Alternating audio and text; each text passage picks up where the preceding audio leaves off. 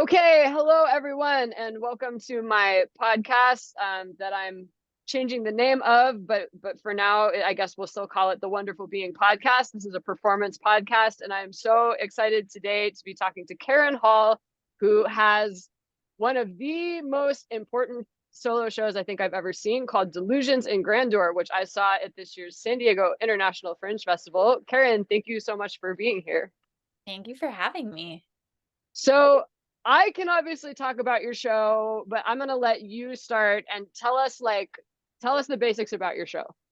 Yeah, the short pitch is way easier to understand than the long pitch. The short pitch is just it's a solo cello recital meets a clown show. Can you hear the train?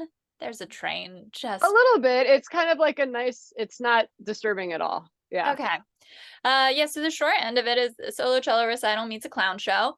I am a cellist professionally. And a clown, and it took me a long time to figure out how to fuse those two worlds together.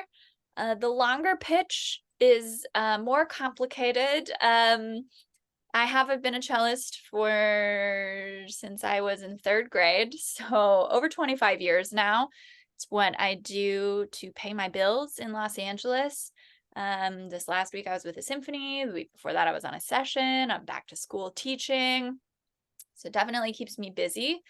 And I needed a space to play and have some fun. So I found improv and I found clown. And I've taken courses in jester and commedia, physical theater, red nose, idiot, probably some other stuff in there as well. And so I think the show lives a little more in the world of the jester, the truth teller. A lot of modern clowns are talkers now. It's less physical silliness or circus parlor tricks. So I definitely play with that trickster, jester, truth teller. And it's partially autobiographical, partially funny silliness, and partially a cello recital. Okay. So The we're long pitch is hard. It's hard. it's accurate though. I mean, I can say from having seen it. So like let's bookmark the clown thing and we're gonna come back to that because I have a lot of questions about that. But tell me about like what inspired you to create this show? Uh, when I started doing improv, a lot of people would say like, "Oh, I can't wait to see how you bring cello into your comedy." And I mean, I'd been familiar with some musicians who were doing music and comedy, and I just hated that idea. Like, I loved that they thought that that was a good idea, but I was like, and I was playing cello with clowns as well, but I had always thought, like, I wanna bring more silliness into music. I wanted to bring clown into my cello playing. I wanted to figure out how to have a relationship with the audience when, as a classically trained musician, we're taught to not be present with them. You know, we don't want them to clap between movements. We don't want them to talk. We don't want them to interrupt what it is we are doing. And I was like, well, why are we doing it if it's not for them? Just go on YouTube. You can hear it there, you know? So it really became this question. When I found improv and I heard the audience laugh, I was like, this is what the show is. And when I went from improv into clown and someone laughed, and then I got to look at them and be with them and know what the show was, it just, I mean, I would say improv is my brain's happy place, but clown is my heart's happy place. To be that present with someone else affecting each other was beautiful. And sometimes, not always, but sometimes I think the artist goes out with a message of what they think this classical music piece should be, and they don't ever get to know what or how the audience is receiving it, partially because we don't get curious about it as it's happening. We just do the thing and we leave. And I wanted to figure out how to never make a shtick out of what I'm good at and love, which is playing the cello. So really honor my skill set and the music that I enjoy playing, but not ever lose that connection with the audience. Wow. And what you just said about we're not taught to have that connection with the audience, I think is such an important point. And I haven't heard anybody articulate that before, but it's really true, and I would assume probably for a cellist even more. I mean in percussion world, like, there's always we get, crowd reaction sometimes with certain things that we do, but I mean, you picked for your show the most like solo cello-y of all solo cello pieces. Did I you do did. that on purpose? I did. One, for my comfort, honestly, like, two, for audience knowledge. When I Yes. very first had this idea for making a show, I thought I might just play like the 3 contrasting movements that you would do in competition. Mm. Um, and so that had been my idea of like, have this thing that you're supposed to be technically perfect with, and then allow things to be seen or heard or played with. But I mean, I didn't have vocabulary for how I was feeling yet. Like some of the things I talk about is, how you're only as good as your last show. What if you're a has-been? What if you've already peaked? What if you get injured and you can't do it anymore? I've had all of these things happen, but I'd never named them and I couldn't play with them. They would just sort of like activate me and I would be like, I don't know, I'm having a feeling and I don't know what to do with it. And then you're just sort of trauma dumping, or digging into things that have no business being dug into. So through the pandemic, I got a therapist. I had fractured my tailbone. Oh my God. And so so I got a therapist, and things just started getting named. These Mm. really intense feelings that I'd had, and once I named them, I could play with them, and now they were mine to reveal, to toy with, to feel, but to also not just feel them, but to let them pass by. And in my show, I think I probably cry in authentic tears in like 92% of my shows. Like just very high. There's maybe like one show each run where I just don't quite get there, but it's really like having a willingness to feel what the show and the audience and the instrument is asking me to feel, but having a full permission to not stay there, to move through it and Mm. it, and to know that therefore it's mine to continue playing with and revealing, and hopefully helping audience members heal as they see my moving through. Hmm. And that's always the challenge with solo theater, is to not trauma dump, as you said, and to move through it, right? And there are, unfortunately, I think, a lot of solo shows that don't quite make it there, which gives the whole thing a little bit of a stigma. But I can say, your show definitely moved us through, and I think it was probably the clowning and your training as a clown that helps you to do that. So this is what I want to know. I don't know anything about clowning. Like you did this whole, you were like clowning and jester and commedia, and I'm like, psh. So like, can you break that down for us? What is clowning? Yeah, my most basic definition of clowning, and this is my personal one, is just operating without a fourth wall. That you are Okay. directly with the audience. But then we have all those gray areas of like, oh, is now immersive theater all clown? Is stand-up clown? Is Mm. then we run into, further needs for definitions. Mm-hmm.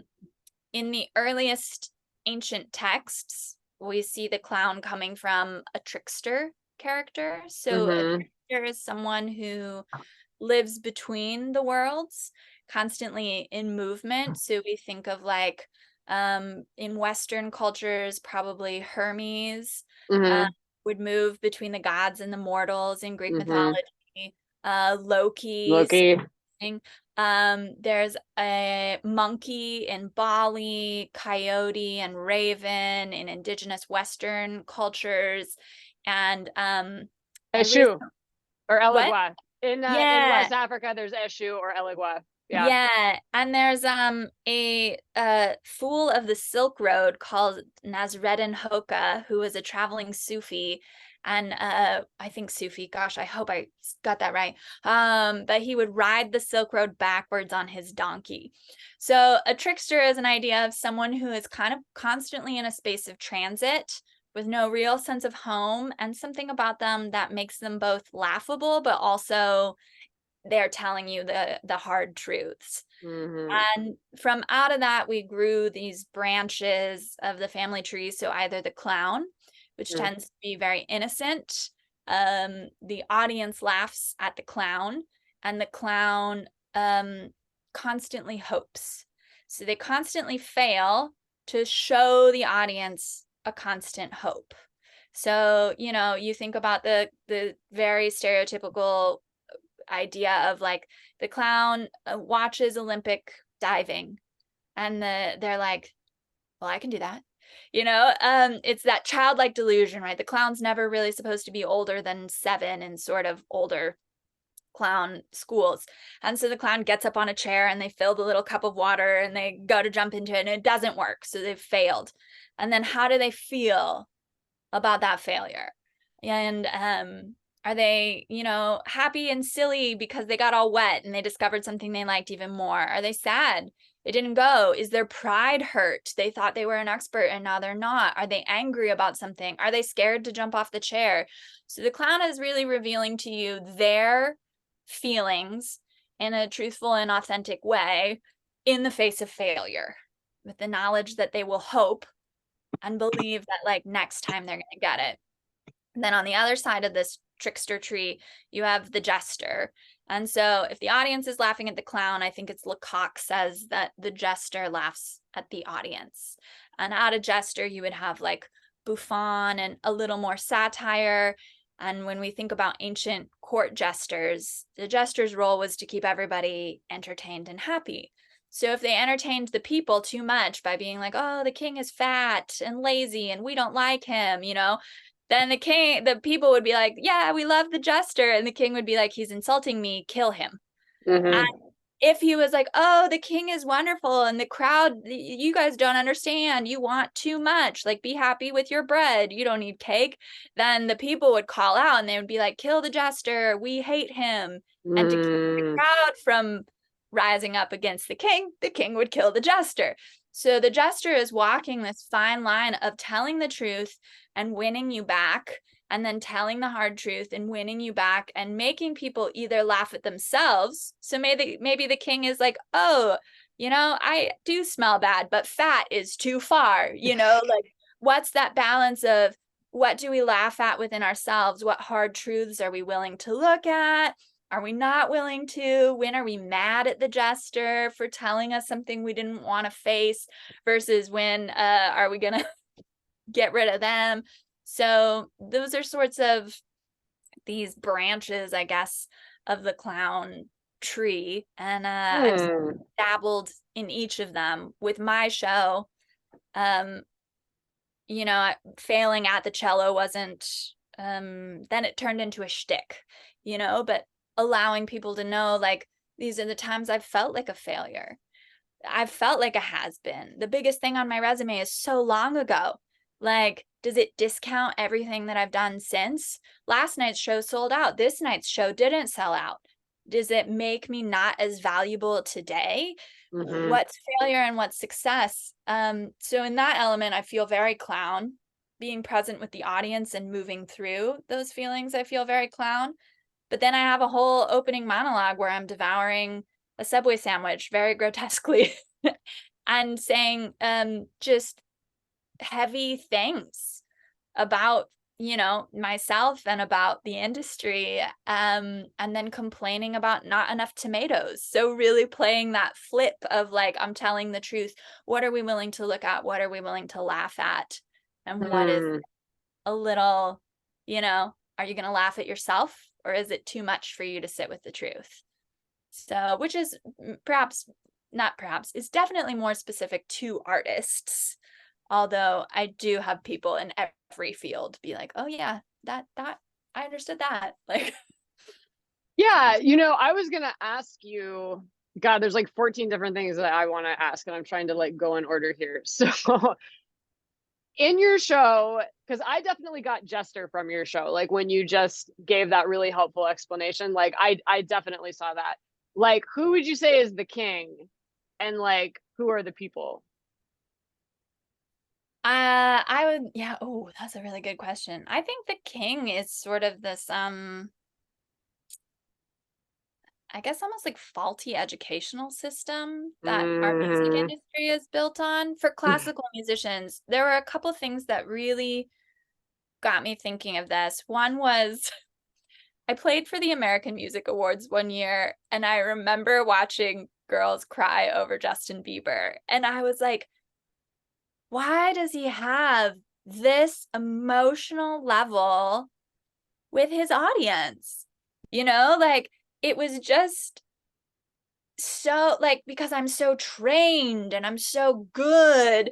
And now like this baby, baby, baby, oh, which was not the song he was singing that year, but like this kid is getting people to cry about Yeah. him.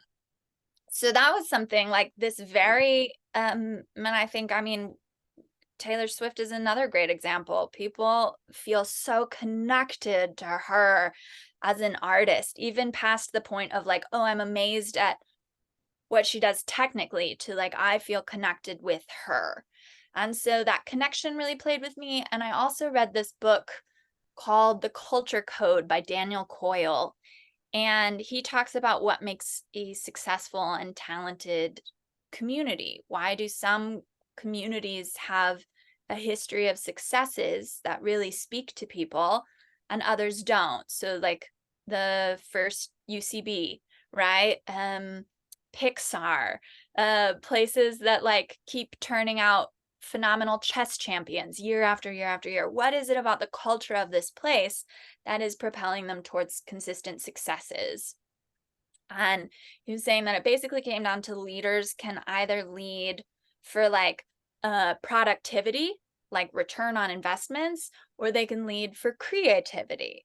And as I like looked at these breakdowns, I was like, oh, classical music isn't either of these. Like it talked about demolishing hierarchy structures, giving everyone an equal voice at the table.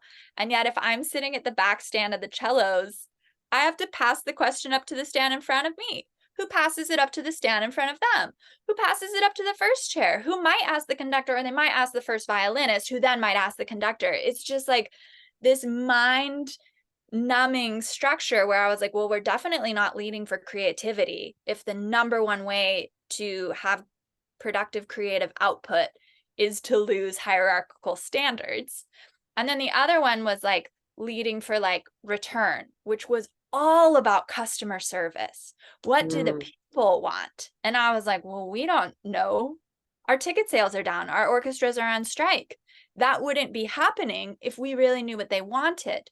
We don't know if they want, I mean, we know in theory that they want more diverse programming, more new music, more representation from other voices, but we also have ingrained this Western ear music notation and systems so that when we give them modern composers or we give them composers that they don't recognize, they don't have any musical context for appreciating things like quarter tones and harmonic dissonance. So now we're just like throwing this curveball at them that they said they wanted, but we haven't taught them how to appreciate it. So then we've got this huge breakdown where we don't know what they want. Or this is another thing with the clown, or also like I teach kindergartners.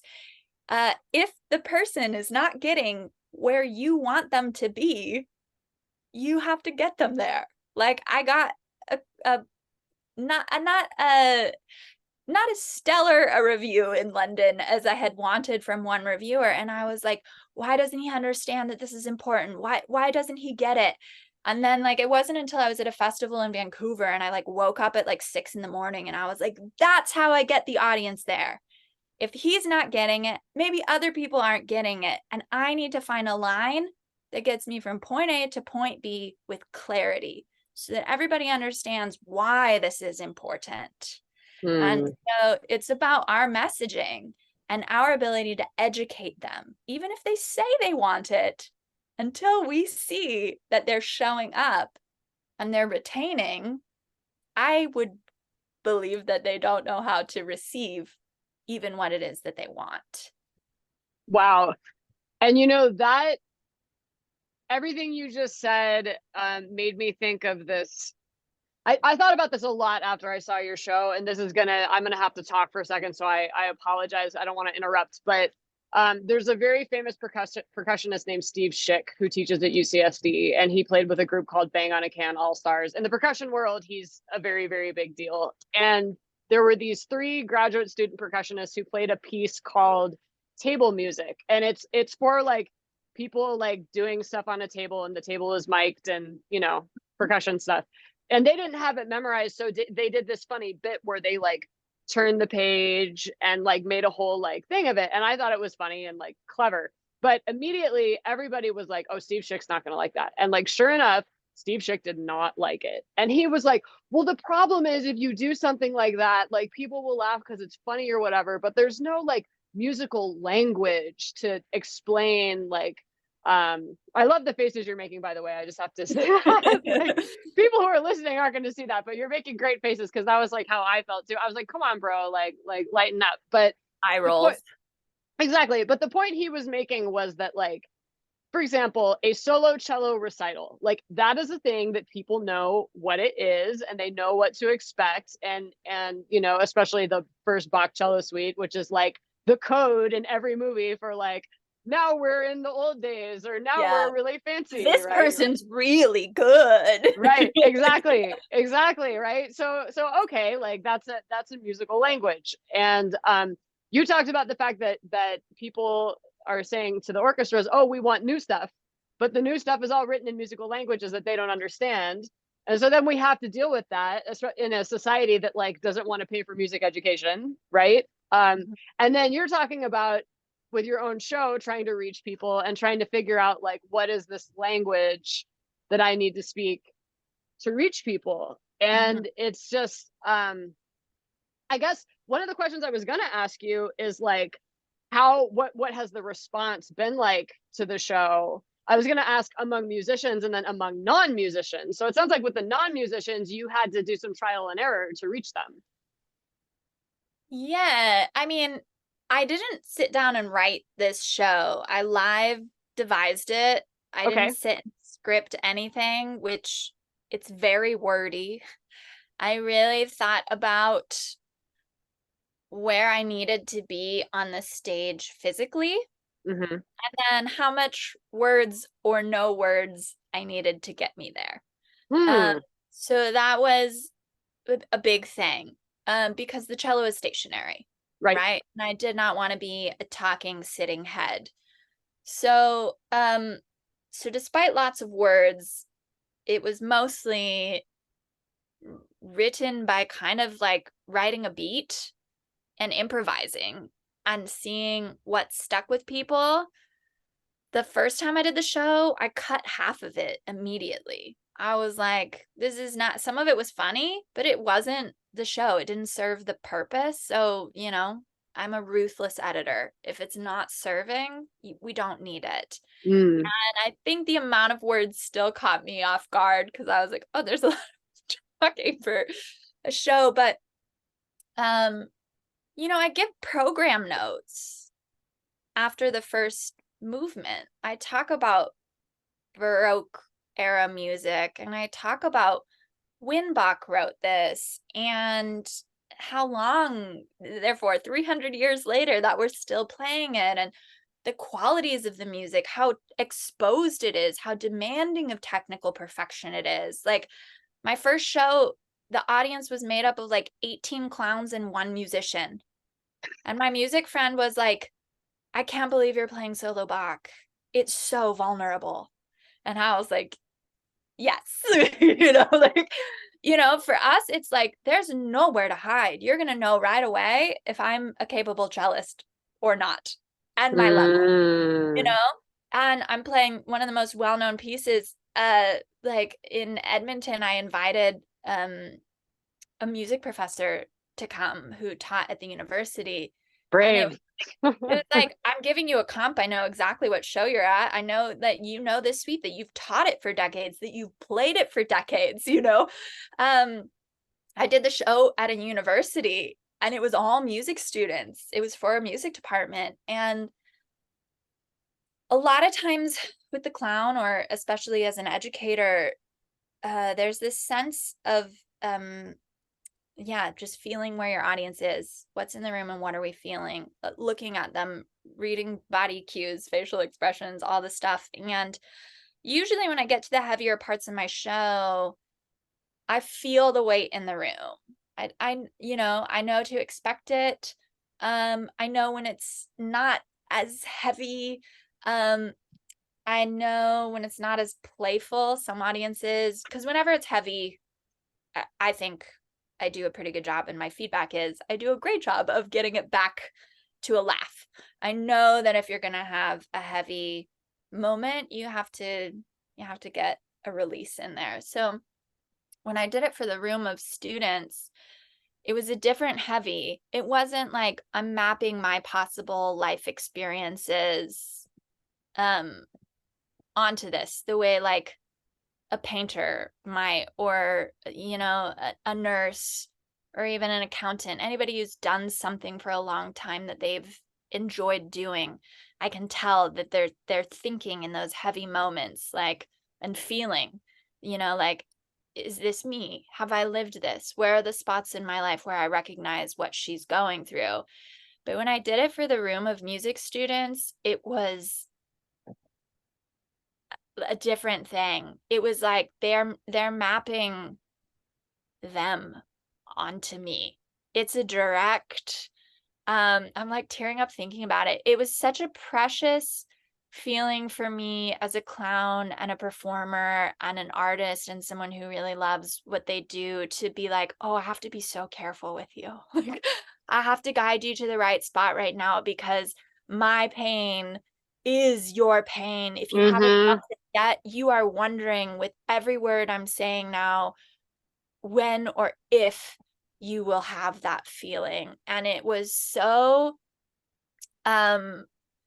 different. And it was like, I can't describe it any other way than I thought, like, this is precious and I need to be careful with you. Like, so that's how musicians tend to receive it. And how artists definitely tend to receive it.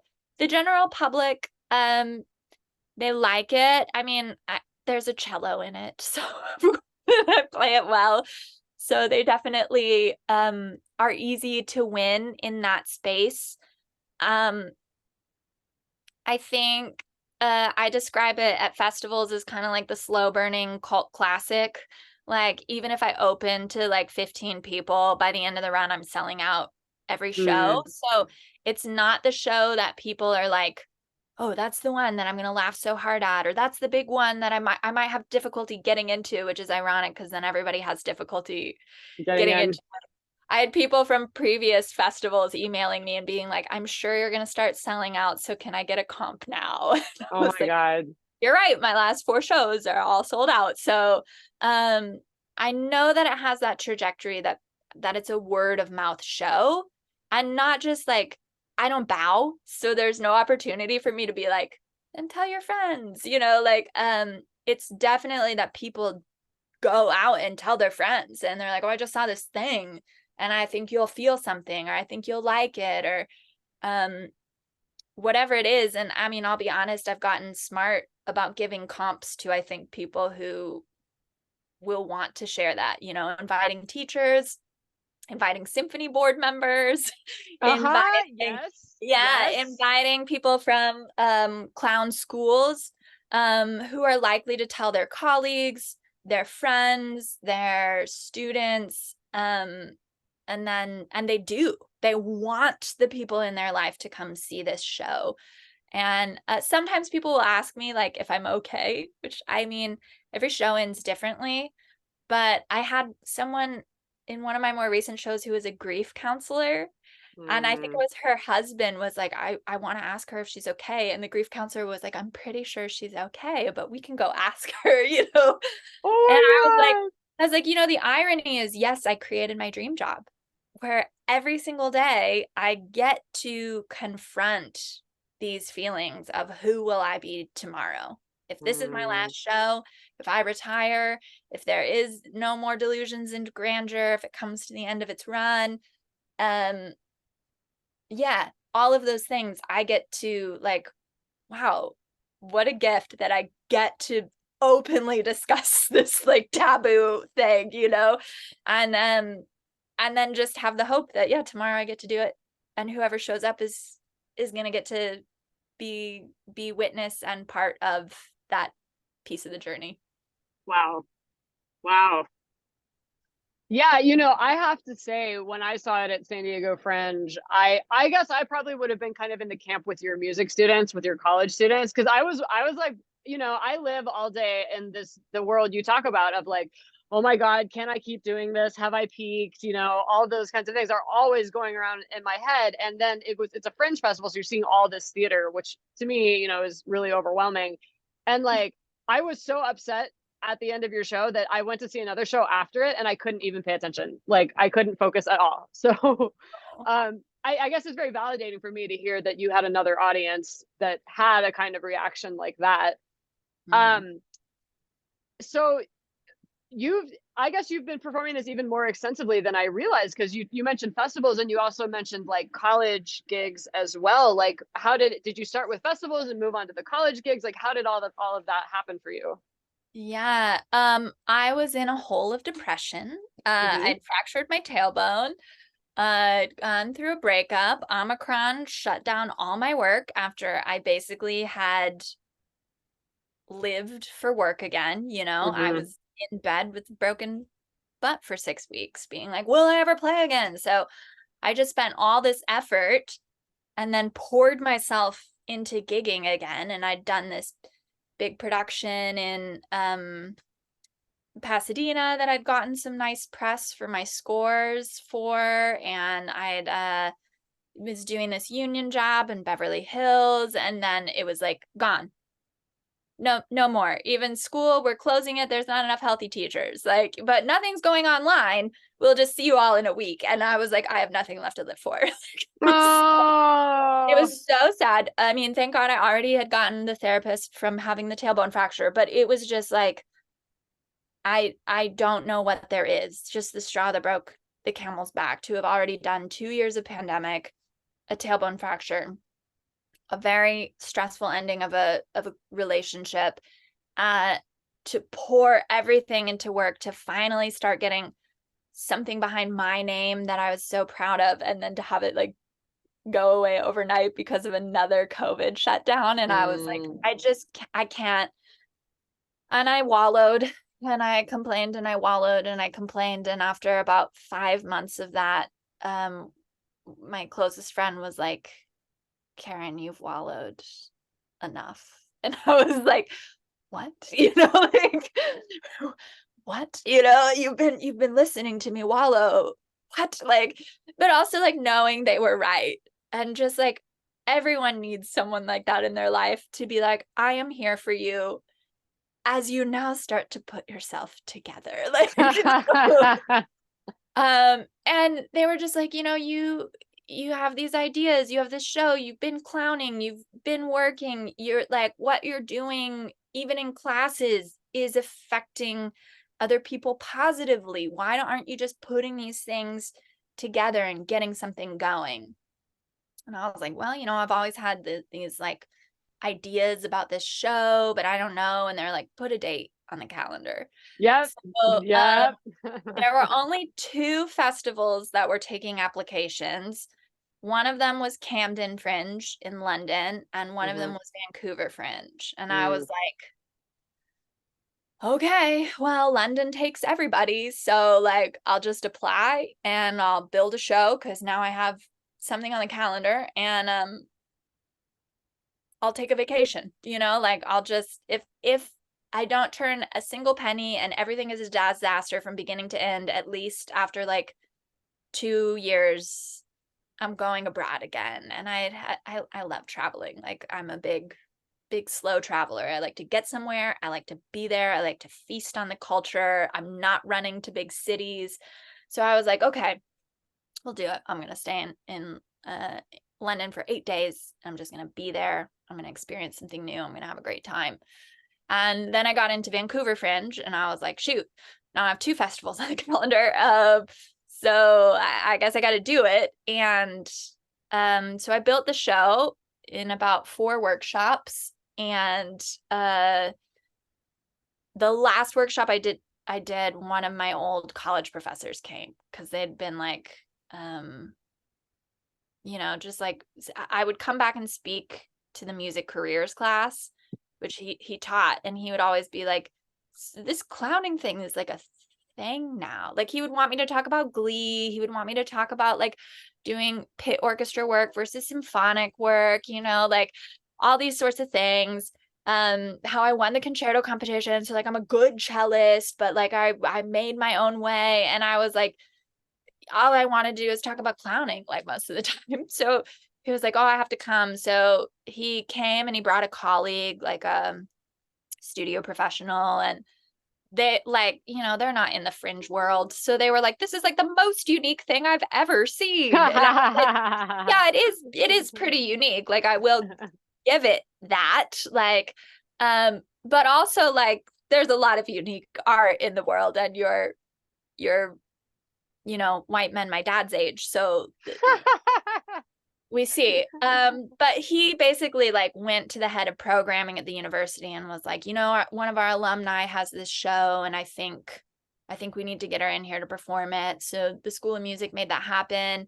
And it really takes on such a life of its own through the audiences, because then there was like enough people in the music department talking about it. Like other teachers would reach out to me and be like, I didn't see your show, but like my students just want to talk about it. And like the head of the programming was like, I've never had both such intellectual but also emotional conversations with my students about how they felt in relationship to a concert. And I was like, yes. And then the alumni office was like, oh, we're hearing all this stuff about you that you performed. Like, can we do a feature? And so the same thing happened when I went to London. I did 4 shows. I think I had an average of like 8 to 10 people at each show, small houses, solo artist, foreign market. I showed up with 16 flyers that were like half-page ones because that was already like too big of my face. And I was like, nobody like, and then I get there and they have to like stack 3 of them to like fill one person's normal poster space. And I was oh like, my God. I was like so unprepared for like, getting how to get an audience, how to self-promote. But I had press at 3 of 4 of my shows. So like there was this interest in like, we're probably not going to watch a workshop. We're probably going to see a more fully formed idea and the cello. And that really just drew people's interest. And the press I got was favorable, good pull lines, good stars, And so I ended up doing like my press work for Vancouver Fringe. And they quoted all of my London press, and I made these pre-festival pick lists, and then I had a sold out run. And so again, it just sort of snowballed of that, like people were doing the work for me, because my God, I couldn't even hand out a postcard. I think it was like my 5th festival before I started using all my postcards. Like, like me, like, I don't know, you can just give them to people. And the volunteers would be like, yes, make sure they know that your last show sold out. And I was like, but they're here for someone else's show. Like, so, yeah, I definitely feel a whole lot better when someone else is letting the word of mouth. But also I've learned like, I love my show so dearly that like, I want it to be shared. And also clown cannot exist on their own. So like, what I'm doing has far less meaning if there's not someone to be in it with. I think that's part of like not bowing, is this very clear idea of like, this is something that we're in for this moment together. It's not a piece. The moment it ends, I'm going right back into this loop. There's no real beginning and no real ending. And like, the last line of my show is like, um, the show must go on, but nobody tells you when it ends or who you are if it does. Just that sense of like, if I bow, Mm. if this is a final moment, what am I? Better not risk it. Let's just let it be this sharing experience, and we'll meet tomorrow when tomorrow appears. Wow. Okay. Sorry, just had to sit with that. Had to sit with that for a second. Okay. So in what order did it go? Because like you did London, you did Vancouver. Did you do and your university is Azusa Pacific, right? Did I remember that Yeah, correctly? it Okay. is. Okay. Yes. I one of my former teachers teaches there as well. So I'm Okay. familiar with Azusa Pacific. So did you go there after you had done London and Vancouver, or was it what was Yeah, the order? I did 4 workshops in LA. Um, one show for my friends at Del Arte, where I did the 3-week summer program. 4 shows in London, 6 shows in Vancouver, 1 show at APU, 1 show for my birthday to get it filmed. Oh, nice. Yeah, and then Vancouver Fringe. No, sorry, San Diego Fringe. I already said Vancouver. Regina Fringe and Edmonton Fringe. So that's Okay. it. It's a pretty young show. Wow, I would consider that to be maybe as I guess a newer solo artist myself. I would consider what you did that's like a lot, and you're like, oh, it's a young show. So Yeah. but that brings me to a question: what's next for the show?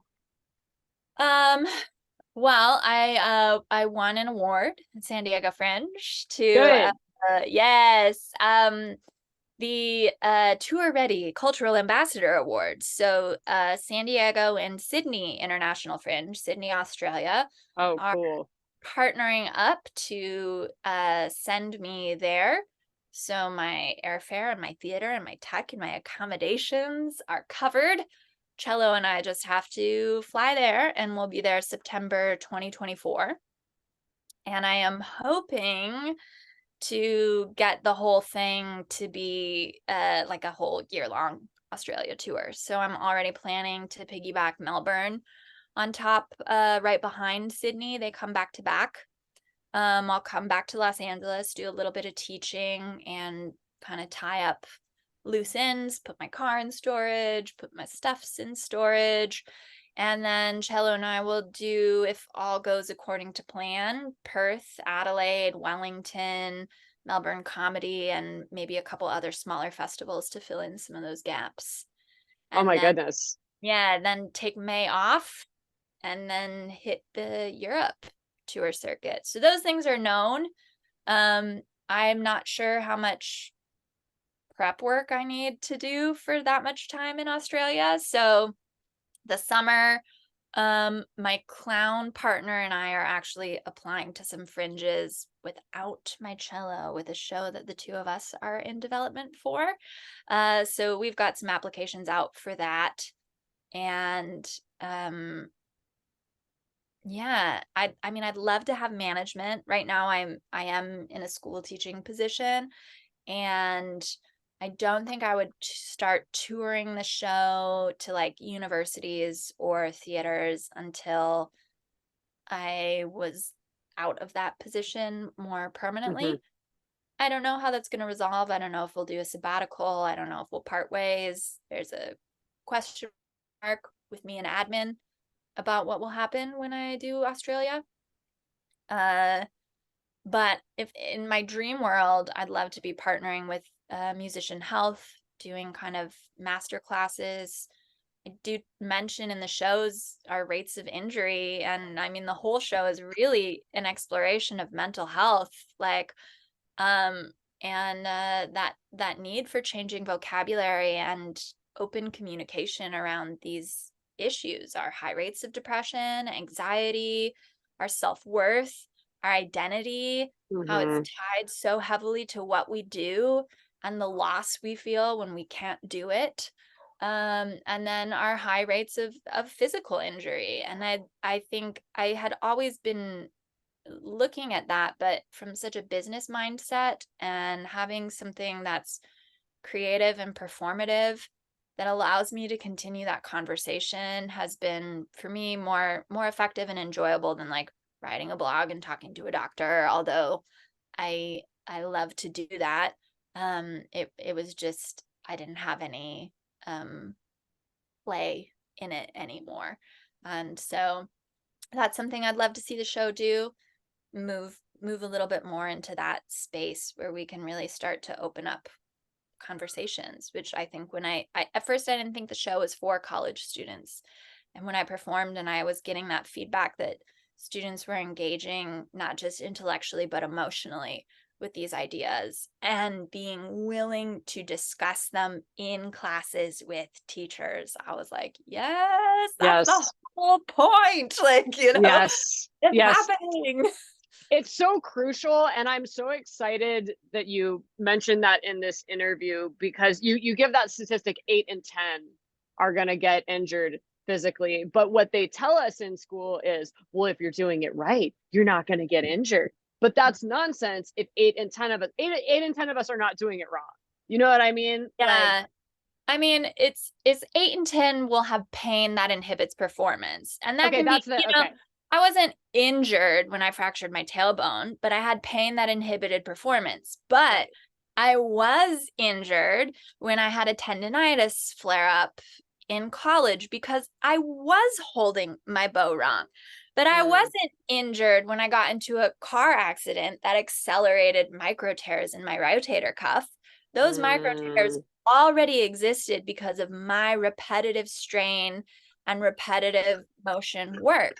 But, mm-hmm, it wasn't then my fault that it hurt more. And then my second injury, I've had so many injuries, was back seizures and back spasms because I mm. was holding the instrument correctly. And the way that worked correctly for me was a right foot turned out, a right knee turned in, a compressed right hip flexor, and a high left shoulder. And that created a massive cross tension across my back. I had Mm. TMJ problems because of where the peg landed on my body. I have a Oh my longer torso God. and I'm female, so I got boobs. So where I can hold the cello in relation to my heart space is going to be very different than where a male can hold it in relation to their Mm, heart space, or someone with a shorter torso, or someone with shorter legs might not have ever had that twist that caused the compression in their right hip flexor. It's mm-hmm, not that I ever did anything wrong. It's just from third grade when I started building these memory patterns of where it fits on my body. And then when my body changed and I got boobs that I didn't used to have, and I made adjustments to keep myself comfortable caught up with me. And that happened to me when I was 26. But at mm, age 26, I've already been playing the cello for more than 15 years. And if you think mm-hmm, about a secretary, they could be typing the right way and still get carpal tunnel. They're just typing every day right. for 10 years, 15 years, but they started typing right after school when they were 22. This is the old timey days. These are our parents' statistics. Now we type from day one. But like, so most people, when they get repetitive strain issues, we think of them as being in their 40s when they've Mm-hmm, done 2 decades of repetitive work. Well, guess what? I started music training when I was 4, you mm, know, playing Twinkle Twinkle on the piano. So 2 decades for me is 24. It's 26. And I was in so much pain. I was in physical therapy for 8 months. I stopped working. I had to lay there. Eventually, I got posture pegs put onto my cello, which, like, thank God, aren't looked down on anymore. And it helps that the person who, like, invented them was an LA session guy. So people are mm. like, oh, that's his work. Of course, we support, of course, we've seen the evolution, but you take it to Europe and people are like, what's wrong with your cello? And you're like, what was wrong with my body? And like, I want to keep playing my cello. So, Mm-hmm, there are things that go wrong. There are things that go right. There are things that are accidents. And to not even have the freedom to like I mean, thank God by the time I had fractured my tailbone, at least like I'd been through enough injuries to be like, what matters is who I am on the other side. Like that was my whole mindset. And I mean, I sobbed every day. Like, and that's when I got a therapist and she was like, it's okay to meet grief. And I was like, listen, lady, I'm meeting it. I'm meeting it every single day. I'm moving through it. I go to bed, I wake up, guess what? Grief is back. Like, so I was like, it's so constant, but I will heal and I will have to rehab very hard. But who I am on the other side of this is what matters, Mm, and we don't always know, I give this statistic too that 1 in 10 players will have to leave. We don't know what the other side looks like for us. Like in my car accident, all I did was impact my rotator cuff. That was like, and it was so painful. But that was it. But like, what if I'd snapped my arm? What if hmm I'd hurt my neck in a way that I could never use one of my arms again? We mm. don't know who we are on the other side of things. And if we're taught that that's not an acceptable conversation to have, it's just setting us up to crumble. Wow. Every time you say one of these things, I have to stop and be like, oh, that's a lot to take in. But let me ask you this. What was clowning part of that answer for you? Like talking about who you are on the other side? Like, did that help you find that? Yes. I mean, I found improv comedy in my first injury. Um, oh gosh, yeah, like a 10 years ago, 10, 11 years ago is when I started doing that. And, musically, I had all these expectations of who I was supposed to be. I'm tall, I'm blonde, I'm thin, and I just showed up on the planet that way. I didn't try to be any of those things. And I was on big jobs and I couldn't practice and I couldn't play up to even the level that I wanted to play at. So here's everyone with these expectations of who I am and what I can do and what I have done and what I can get them, and I couldn't do any of those things, and I couldn't be any of the things that people expected me to be, or I didn't want to be. I didn't want to be tall and thin and blonde anymore. I hated it. I mean, like I really hated it, which is like an odd thing because people are like, but you're the thing that like you have the hair color most of LA is trying to get. And I'm like, it just grew this way. I don't know.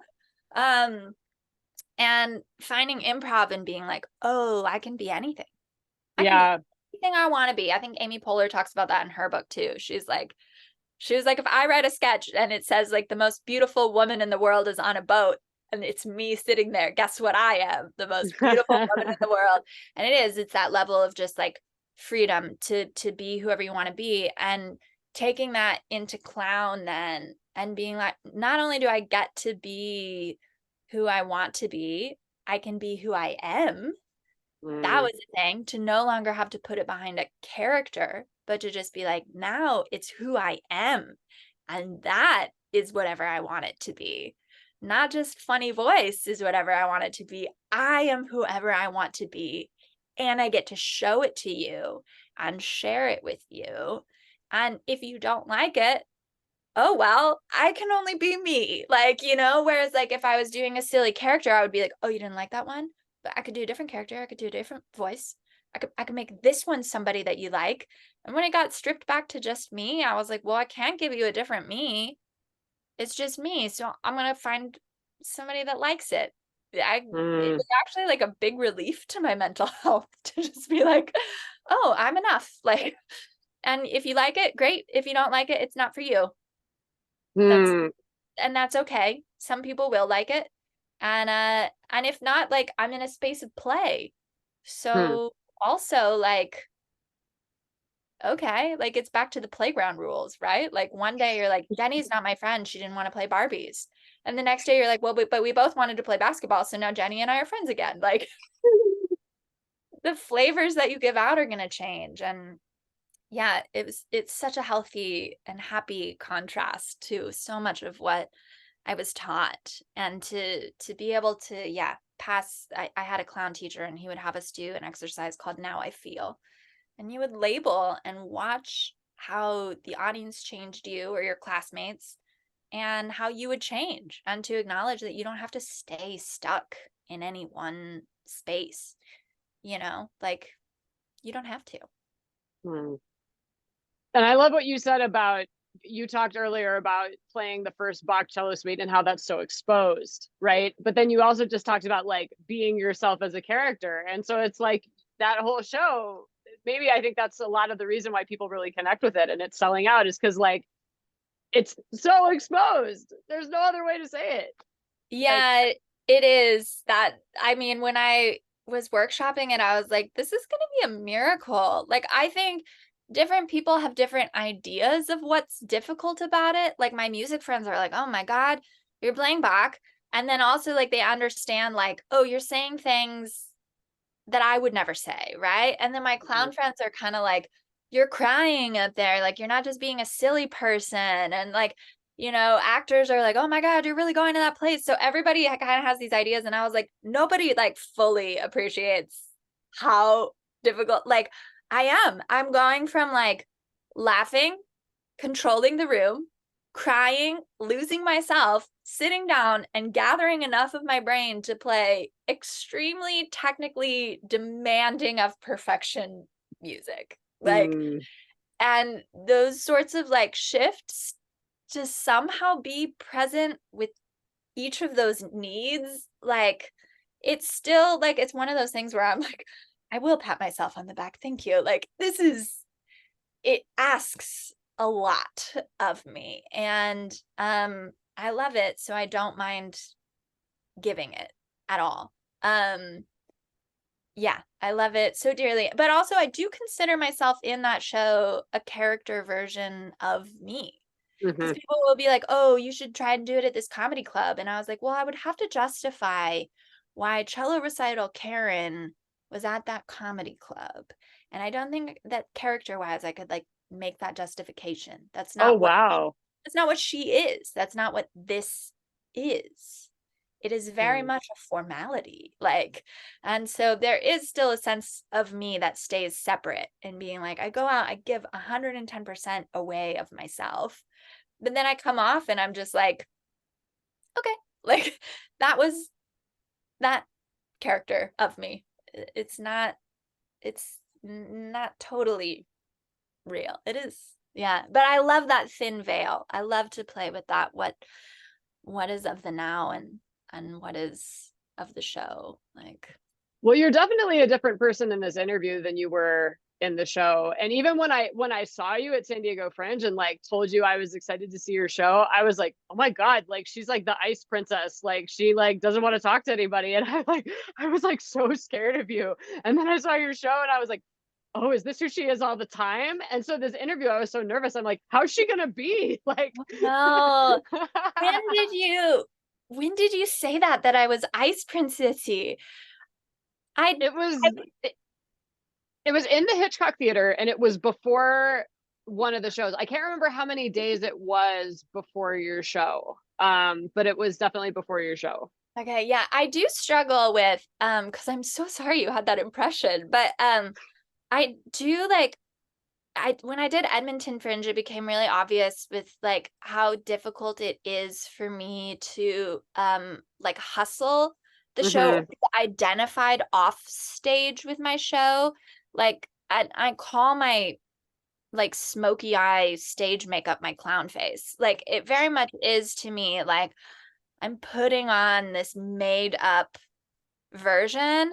And like when I'm off the stage, I'm like in bright pink overalls and like funny hats and like funny socks, a baseball cap, no makeup, glasses. Like Oh I yeah, very that's true. I remember yeah, that. I Yeah. very much have this sense of like I'm not in that mode. Like, and I think sometimes when people bring up that mode, I'm like, please don't ask that of me right now. Like, so at Edmonton Fringe, where everyone was like, you got to hustle your audiences. And the first 4 shows I did, I was like walking around with my poster and I was like, oh my God, this is so like, I'd rather have 20 people in the audience than feel like me off stage is like dependent on it there being more like, oh, it was really hard for me. So I think a lot of the time when I'm not on stage, I don't know how to behave in the world. Like I get that. No, I I get do that. really well when there's like clear, like this, you're like, I'm Mhm. going to interview you. And I'm like, okay, I know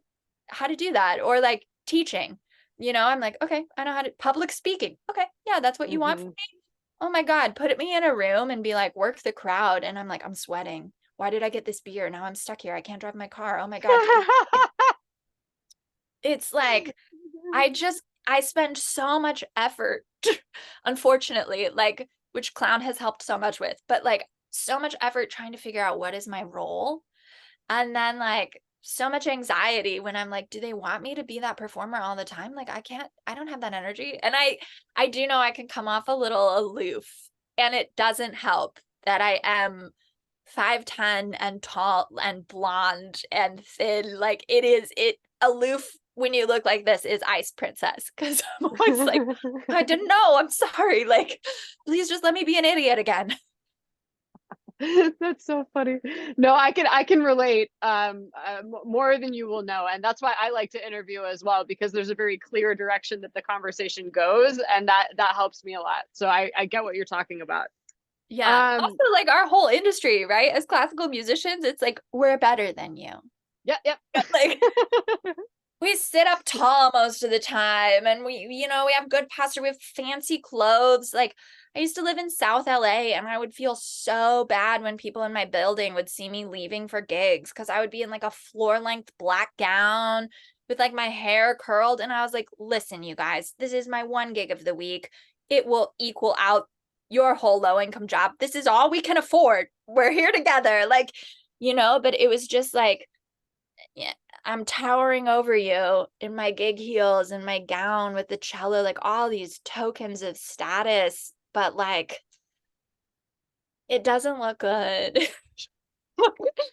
And Well, it's and sorry to interrupt, because it made me think of in the show how you started out in the pink jacket, like the pink, like it wasn't like a North Face jacket, but it was like a winter jacket, and you're like like a macking. Columbia windbreaker. Yeah. Exactly. And you're like macking down on a sandwich. And then under that, you have your like cello outfit that you just described, right? And it was so funny to me because people don't realize that as classical musicians, we have to do these unglamorous things like cram a Subway sandwich, which by the way, I hate Subway. Do you hate Subway?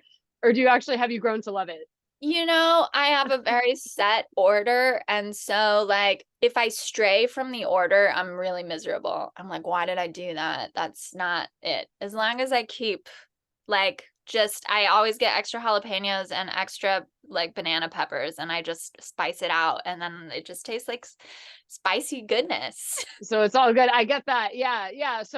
So like you cramming that down your throat as you're like starting the show, I was like, I wish that everyone could understand how real this is, because this really is what the life is, that juxtaposition between the crappy sandwich, the big overcoat. I mean, I went to Northwestern. Okay, that was all of us walking around with the big overcoat like that. Yep. It was too real, too real. So Yeah, and I love that I do it as a cold open because people are always like, that's another thing that just like word kind of spreads where they're like, she's so beautiful. And then she devours this sandwich. Like, I didn't know, was that part of the show? And it's like, yeah, do you eat one every show? Yeah. Like 6 inches so in 6 minutes. Subway So should sponsor you. I used to tell people I would only do the Australia circuit when Subway sponsored me. And I literally texted someone that because they were like, are you at the awards cabaret just before? They were like, are you glad you don't have to eat any more sandwiches? And I was like, very glad. Although, if Subway pays for me to go to Australia, then I'll eat as many as I need to. And then, like, 2.5 hours later, I was like, so I just want a trip to Australia. It's like, and it's not Subway, but I do have to keep eating them. There you go. I tried to change it. I tried to not have it in the show. There were uproars. Like my friend was like, why isn't sandwich in? It's your comedy voice. It has to be in there. And I was like, no. And then I got to like London and I was like, maybe I should eat a Pret sandwich. And my tech was like, I think Pret is too neat. I think Subway is like the right combination of like poor but trying. And I was I like, agree. I okay. concur. Yeah, yeah, no, definitely. Um, as we wrap up here, I was wondering, one of the things I love about your show, and one of the reasons I knew I had to see it, is I'm like, here is a classical musician who is going into the world of solo theater, an instrumentalist, right? I mean, I feel like singers, they have musical theater, they kind of have a way to sneak in, but like we as instrumentalists, we really have to use our imaginations, which you definitely did. Is there any advice that you would give to like another instrumentalist who's thinking about doing some kind of a solo show? Yeah, well, I'm already thinking about my second one. Oh, But nice. yeah, I think well, my one, be interested in other things. I think I've just never had interest in recordings of what other people have done. I describe Bach as like a cover song Yep. that, if we listen to Hallelujah, there's really only three versions: Leonard Cohen, Jeff Buckley, and Rufus Wainwright. And yet thousands of people have covered that song, right? So what is it Hmm. that makes those ones so special? And why? Um, what is it that they're giving us of themselves in those, Are they giving us, Rufus did it on piano instead of guitar. And that's because he's a phenomenal pianist and orchestrator. And so like he's giving us something that he's skilled at, that's dear to his heart, and he's singing it like he means it, And so I think about that a lot with music. I don't care how someone else interpreted it. I care what you feel about it. And can you let me see that? So, or feel that, not just see it, right? So I would say that's a big one. Get interested in other things that aren't recordings. Get interested in the history. Get interested in the composer's emotional state, or even what you imagine it might be. Um, I'm working on another piece right now, another solo show that deals with grief, and I don't know how much I want to talk. It is tied with music, but something I think about a lot is like, what did this composer grieve? Mm. When I read the history of their life, who died in it? What wars did he survive? What losses did he face? And how do I imagine that I would behave in those circumstances? What stories are not given to me in history about this person, but just like fan fiction? I'm basically fan fictioning like classical music. What can I really imagine about this person? What were the parameters of the time they were writing in? What were they progressive about? What were they not progressive about? Who inspired them? And how do we see those things play out? And if we think about their emotional state and our emotional states, where do we have empathy for the composer? Like I Mm. think about the Elgar cello concerto all the time, and how like sweeping and romantic it's become. But Elgar wrote it as a tribute to the fallen veterans of World War One. Like, do I think he was like lovesick when he wrote that? No, I think he was like impacted by Oh, loss, yeah. by a grieving nation that had survived a war. And so I don't play it anything like Jacqueline Dupre. I play it like I'm sad, and that's not the piece that I'm using for the next show, but that idea of, like how was music being played, and what were these composers living through, and how do I imagine it affected them? How do I lean into that? And then with empathy for them through my loss, how do I express it based on who I am? I think are like really important questions to start with. And I tell my students all the time, anyone, if they have the dedication and the willpower, can be an incredible technician. Mhm. Anybody out there. I mean, it's a lasting game. And if you really want to last at something long enough, you can do it. You can be a great technician, anybody, but not everybody can be an artist. It's that last 2%. It's the same with like elite athletes. It's the mind, it's the emotion, it's the heart. It's that willingness to say, I have technically achieved all I can achieve, and now I give of you myself. Mm. We don't always want to do it. Um, how fortunate we are if we find the spot where we can. Um, and yeah, those are the places I start from. And in doing this last show, I found it really important to share program notes, to give people that window in. and to be moving on the stage, that there was an element of life to me apart from the instrument, with my voice, with my body, that I was human in a lot of ways, you know? Um, and so that to me is another big starting point. I think in anything I devise, like I said, when writing it, it was about where do I want to be on stage? And if I'm there, how am I getting there? What's taking me to that location if that's where I want to be? Hmm. Wow. Well, I appreciate what you said about being a technician as someone who has never had amazing technique. That is a beautiful thing to hear. Um, one last thing, if people want to find you, where can they find you online to connect with you? Instagram is my primary. I'm usually pretty good about responding to people on Instagram. In for the long haul. Hall is spelled like my last name, Hall. And I'm also on Facebook. My artist page is also linked to In for the Long Haul. I think someone on YouTube took that and I hate them because they don't even post. I don't know if I hate them and I don't know if they're posting now, but I do know.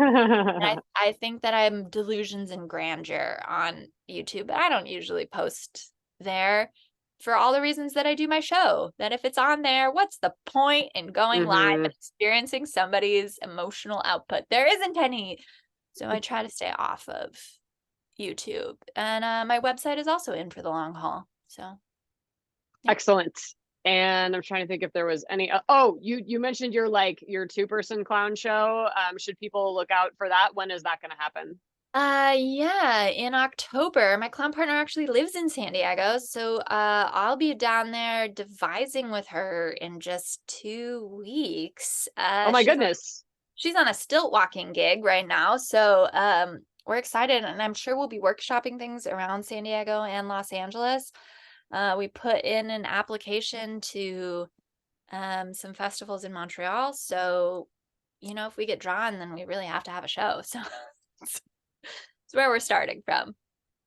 Awesome. Well, hey, thank you so much for talking to me today. And I really hope that lots of people get to see your show because it's really fantastic. Thank you so much.